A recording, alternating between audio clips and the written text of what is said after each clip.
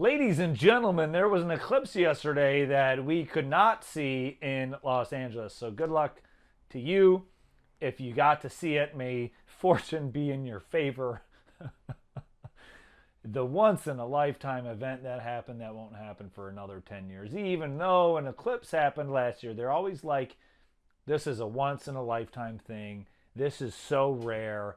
And then they do that every year. Every year there's a rare thing that happens, and then it's like, hey, a blood moon, a red blood moon, a purple moon, a pink moon. Hey, we had those last year. Y'all talked about those last year.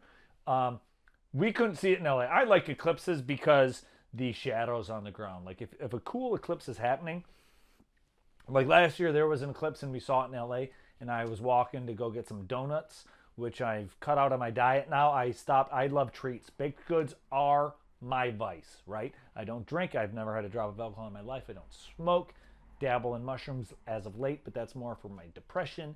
And but I loved baked goods. So I was walking to get donuts last year during this eclipse, and I love baked goods right now. We'll talk about that in a minute. I'll talk about that right now.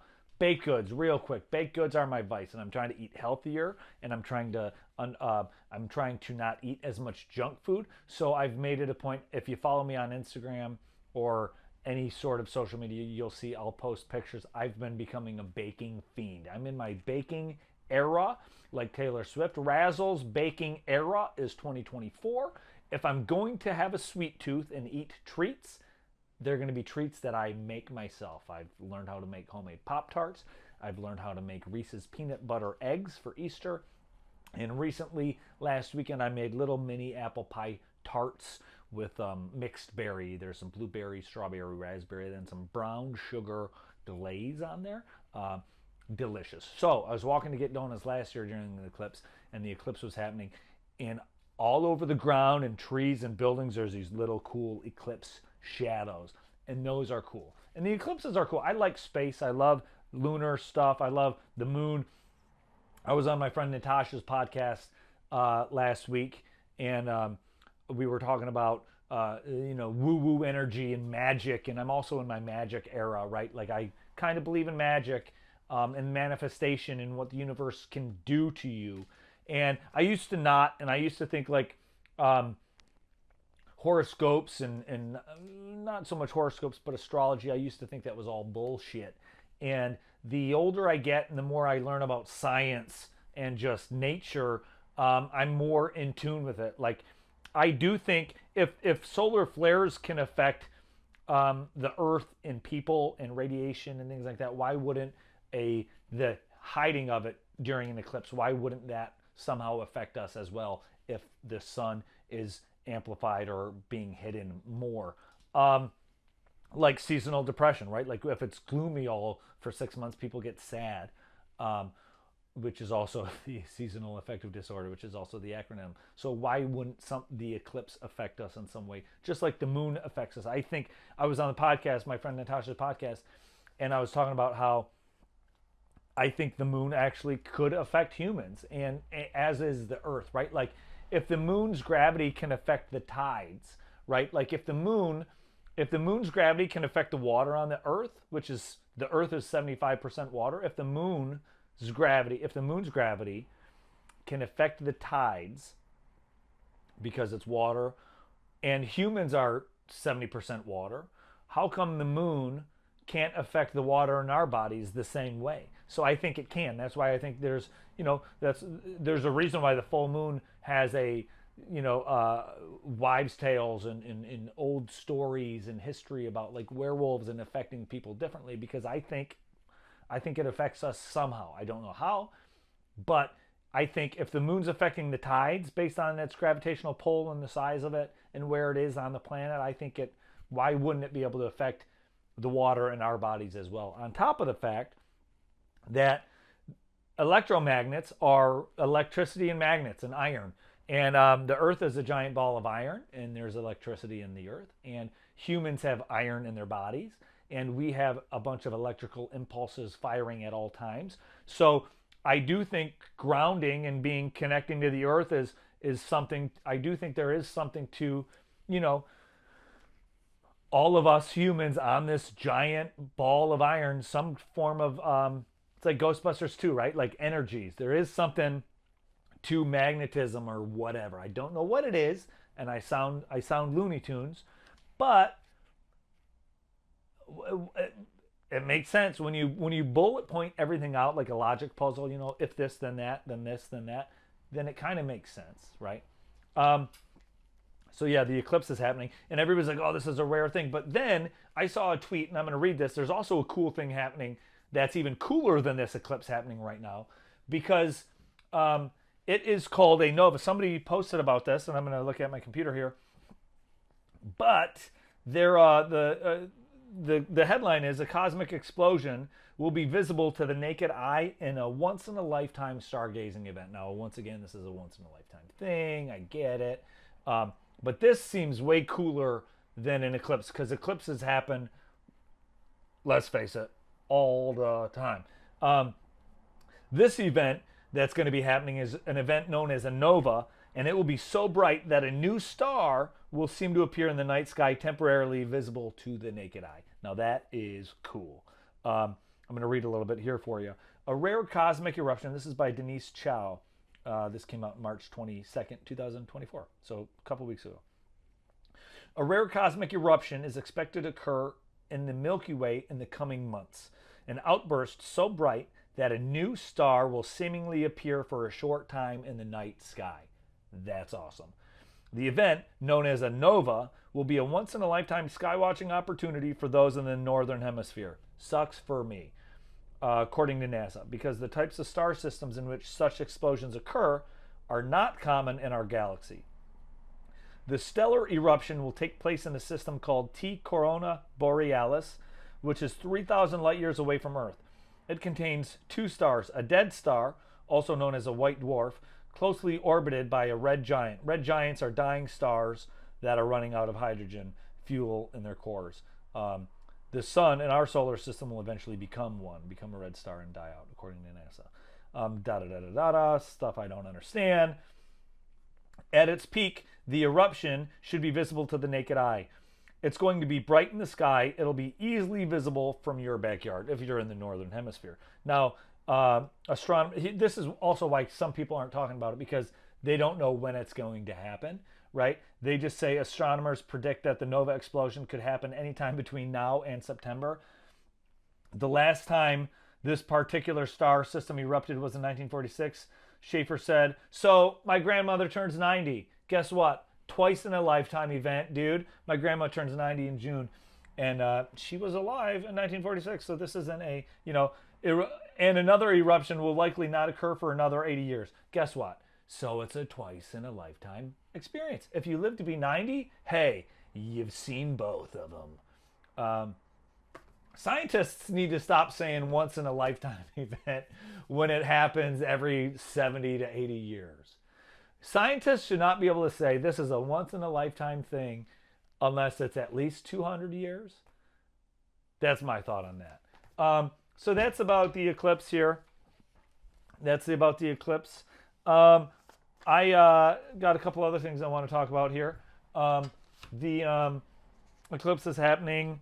That's cool. Radiation. Morgan Wallen got arrested this past weekend for throwing a chair off of a balcony, and he got arrested for like 3 felony charges, which is funny because people in New York will legitimately attack others and not get arrested or get released immediately. So in Nashville or Kentucky, wherever it was, it's the same state. It doesn't matter. It's not, but it's the Bible Belt, the Rust Belt, as they used to call it. Why is it that that's a felony? Like there, they take crime seriously, but in New York, like you can just go up and punch women in the face on the subway, and it's a common occurrence. And it's it's just funny how some states treat crime differently. Cities and states treat crime differently. But I love that they think it's dangerous. This is a segue to get to a bit I want to post online, and an old joke I had, but something I'm also working on. But people in New York think riding a subway is dangerous is because they don't have cars. And they don't have cars because they can ride the subway, because there's no, you don't need to have cars in New York. But It's not as dangerous as driving a car in the springtime. Nothing is as dangerous to me as sneezing while driving. Sneezing while driving is the most dangerous thing ever. You know, it's also like you're kind of teleporting 10 feet. You're just driving and you're like, achoo, oh, how'd I get there? Like you're teleporting 10 feet uncontrollably because you can't sneeze with your eyes open. And it's just, you could be driving down the highway or even coming up to a street light or a stop sign and you feel a sneeze coming on and suddenly the anxiety is like, oh no, I better stop before just so I don't rear end somebody or whatever. Every time I sneeze while I drive, and it doesn't happen a lot, but during the springtime it does. I always, during like the side streets, I always freak out like I'm gonna sneeze and a kid's gonna be like the Flash and run in front of me in that split second of me sneezing. That got me thinking about road rage. And I was driving yesterday, and I was driving home from a comedy club, the Nightcap in Burbank, which I was doing a show at that my buddy runs. It's called the Post-it Show, which is really fun. A bunch of comedians do improvised stand-up based on suggestions that the audience writes on Post-it notes, and they stick them behind the stage. And I was driving home in a hurry to get home for no reason, right? Like, you ever be in a hurry for no reason? You ever get mad at people driving in front of you because they're driving slow when you don't have to be anywhere at a specific time? You could be just going to get gas and they're driving slow, so you get mad. Road rage for no reason, like unjustified road rage. You're not in a hurry and you're mad. That was me during the pandemic too. Like I was in a hurry to get nowhere, but if someone's going slow, I'm going to be mad. And then I was like, it got me thinking, like, do you think before cars were invented, before road rage was the thing, when there was horse and buggy cars and carriages and people were riding horses and with their carriages and their horses, do you think people got mad at the horses in front of them for walking too slow? Like, was road rage a thing before cars where was there road rage with horses and buggies? Where people like, come on, man. Like trying to pass other horses. That's so stupid. I want to see that. I want to see road rage in the Wild West with a horse and buggy. Or not the Wild West, but road rage in like Gangs of New York with horse and buggies. I want to see a road rage movie with horses and buggies. I want to see a John Wick in the Gangs of New York time who goes on a killing spree because a guy killed his horse for walking too slow. Yeah. Oh, here's the thing. I'm going to end with this. I don't know how long I've been going, but again, I want to keep these short for short attention spans, and also I'm doing these to get more comfortable talking to the camera just to myself. And I got to tell you, dude, you ever have a phone call, ladies or guys? You ever have a phone call with someone, or you ever talk to somebody and they say something and it just blows your mind? It just blows your mind. Like, it makes your mind immediately go slow motion while you're trying to process what's happening, while also seems like it's going the speed of light because I had a phone call with somebody. It was 14 minutes, and it was shocking that it lasted that long because it was just so much work. It went by so fast, but in my head, it was going by so slow. I was talking to this gentleman. I had a business phone call, potential business phone call with this gentleman that I was connected with through a friend of mine that I met at a birthday party as well, who's a really nice guy, really cool dude. And he set me up with this manager guy. And, he might listen to this, who knows? I'm not going to say his name, but what you told me was stupid. Welcome to Earth. Welcome to the internet, dude. Go online. Go online. And I'm going to say that because you'll hear why. I was in talks to co-host this other podcast and with this gentleman, with another guy.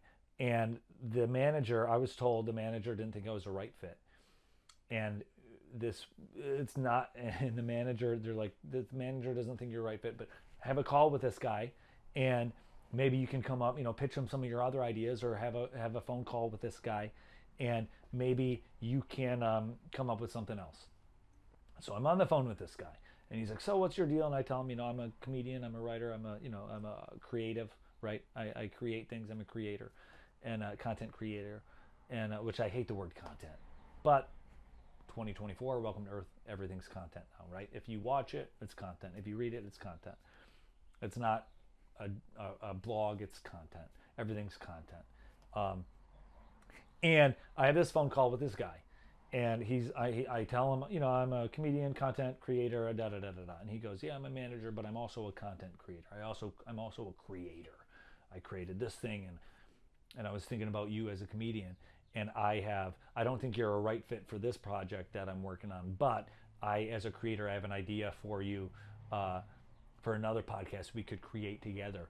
And he says, since you're a comedian, I had an idea where you're a comedian hosting a podcast that only interviews other comedians. A manager said to me, I have an idea for you as a comedian to host a podcast where you're the first comedian to only interview comedians. Am I being punked? He was for real. And my brain exploded, okay? My brain just fired off all the fireworks at once. Like it was like a malfunction. And I was trying to process what he was saying while also being polite, but also being like, and I replied, I legitimately said, oh, that wouldn't be close to even the first one. They're all that. I said, every comedian's podcast starts off with them only talking to other comedians. And he goes, no, but this would be different. This would be unfiltered and unscripted about real talk, real events, and deep discussions about pop culture with viral moments. A manager said that to me. A guy who says he's a manager said that to me. And I'm like, that's all of them. They're all unscripted. They're all about hot takes and pop culture and trying to get viral moments. And that just blew my mind, that a guy who says he's a manager and a creator doesn't know how the world is or the scheme of things are, or even hasn't been on the internet and said that legitimately, unless it was a joke, which I don't think it was a joke. I think he was being serious. He was being serious. This guy just doesn't. It broke my brain for 2 days. I've told so many people that because I can't wrap my head around the idea of thinking, anything is the first. In 2024, you're rare to have the first of anything. In 2024, every idea has been done, I think. I think once you have an idea, once you come up with an idea and say it out loud, whether or not it's in a mirror or telling somebody, then somebody on the opposite side of the globe is going to, have that idea. Once you put an idea out in the air, that idea is ripe for taking and picking and molding and changing and whatever. In 2024, it's rare for anything to be the first of everything because everything's done. You have a joke idea, you have a meme idea. Go. I said the name, I was making fun of P. Diddy as being Flea Diddy, and then the next day there's 500 tweets about it, or every comedian says it. Nothing is, and it's a hack pun. It's an easy pun. I'm not saying I invented it, but to think anything is close to being the first of its kind in this day and age, especially with like podcasts or whatever, is a funny thing to me. And it's, now you can wrap it up in different wrapping paper, but to act like no comedian has ever had a podcast that's interviewed comedians is bonkers to me. And this manager said that, and it broke my brain. This guy, I had a phone call with this guy, and it broke my brain, and it hurt my brain. My brain did not process properly for the week. I had to reboot it and refresh it and refract it, or I had to delete all my cookies. There was something you had to do in computers back in the day when I was in middle school. We had a computer class, it was like refrag or defrag a computer. I don't even know what that, I don't know. I never understood it and I still don't. And I don't know even if it's still a thing with Apple iOSs or whatever. But um, it was insane. And that's that. And I'm going to end there. But also, thanks for listening. If you've made it this far, if you've listened to the full episode, if you've watched the full episode, they're all on my YouTubes. Some of them will have graphics. Some of them I'm putting up because it's just a one-man shop right now. The clips that I post will have graphics and fun captions, but these podcasts are just me talking to you, watching, and I appreciate it.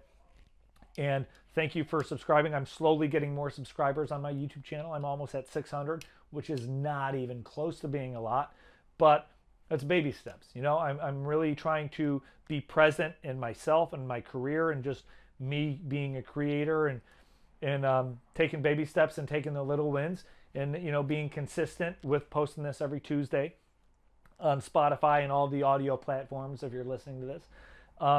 And things I've, you know, YouTube at My Name is Razzle, Facebook at My Name is Razzle, Instagram at Razzle Dangerously, TikTok at My Name is Razzle. All the links are below in this Spotify. All the links are listed on wherever you're listening to this or watching this. They're down there. Go please support, go follow, like, go share some clips, go share some stand-up comedy clips. I make fun of Disney villains a lot. Those do really well.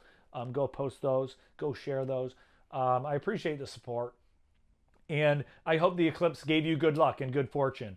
And I appreciate it. I hope the eclipse gave you good luck like a $2 bill is supposed to. Allegedly, $2 bills are bad luck, but then I was reading about how they're good luck.